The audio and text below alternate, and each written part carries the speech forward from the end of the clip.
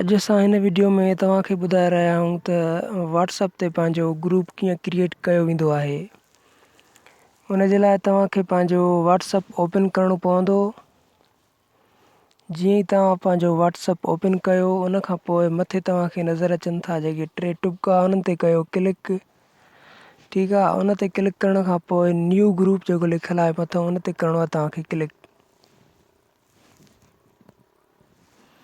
जी उन ते क्लिक करण खां पोइ हिते तव्हांखे चवे थो त जंहिं बि दोस्त खे पाण सां गॾु हिन ग्रुप में ऐड करणु चाहियो त उनखे हितां सिलेक्ट कयो। ठीकु आहे, त उन जे लाइ आमिर जेको लिखियलु आहे तव्हांखे मां ॾेखारियां।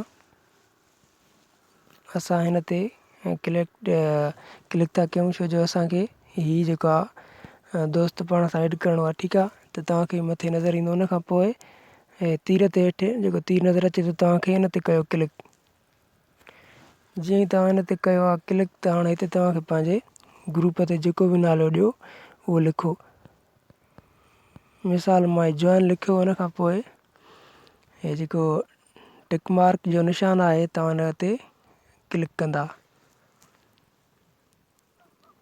जी दोस्तो, जीअं ई तव्हां हिन ते क्लिक कयो तव्हांजो ग्रुप तव्हांजे आॾो तयारु थी आयो आहे। बिल्कुलु आसान आहे ग्रुप क्रिएट करणु। जंहिं दोस्त खे न ईंदो हूंदो हिन वीडियो खे ॾिसण खां पोइ बआसानी सां उहो बि पंहिंजो ग्रुप ठाहे सघे थो। हाणे वरी हितां तव्हांखे असां ॾिसींदासीं त पंहिंजे ग्रुप जी लिंक जेका आहे उहा पंहिंजे दोस्तनि ॾे या पंहिंजे व्हाट्सएप ते कीअं जेको आहे सो शेयर कबी आहे। ठीकु आहे, उन जे लाइ हीअ जेको जॉइन आहे जेको तव्हांजो नालो आहे ग्रुप जो तव्हां हुन ते क्लिक कयो। जीअं ई तव्हां हिन ते क्लिक कयो उन खां पोइ तव्हांखे हीअ नज़र ईंदो हेठि इनवाइट विया लिंक, तव्हां हिन ते क्लिक कंदा। जीअं हिन ते तव्हां क्लिक कयो आहे उन खां पोइ तव्हांखे हितां पंहिंजे ग्रुप जी जेका लिंक आहे उहा कॉपी करणी आहे। त तव्हांखे नज़र अचे थो कॉपी लिंक। ठीकु आहे, तव्हां हुन ते क्लिक कयो।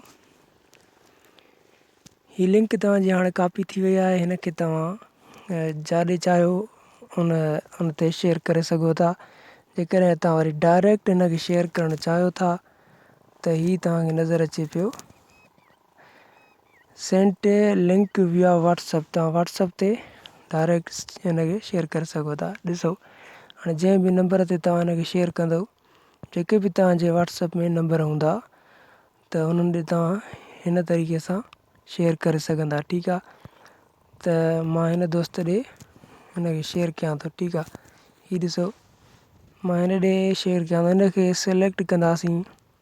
हीअ जेको आहे टिक मार्क जो निशान अची वियो, उन खां पोइ हेठि तीर जेको नज़र अची रहियो आहे तव्हांखे उन ते तव्हां क्लिक कयो। हाणे ॾिसो हीअ तव्हां ॾे लिंक अची वई आहे, तव्हांजे ग्रुप जी लिंक हूंदी हेठां तव्हांखे नज़र ईंदी। हाणे हिन खे तव्हां सेंड करे छॾींदव। ठीकु आहे, त हाणे हीअ लिंक हुन दोस्त ॾे वई हली। वरी हेठां जेको लिखियलु आहे हीअ जेको लिखियलु आहे व्यू ग्रुप, त उन ते जीअं ई तव्हांजो दोस्त कंदो क्लिक त हू ऑटोमेटिक तव्हांजे ग्रुप में ऐड थी वेंदो। ठीकु आहे न दोस्तो, उमेदु आहे त हीअ वीडियो तव्हांजे लाइ सुठो साबित थियो हूंदो। जेकॾहिं हीअ वीडियो तव्हांखे पसंदि आयो हुजे त हिन वीडियो खे लाइक ज़रूरु कंदा। तव्हांजी वॾी महिरबानी।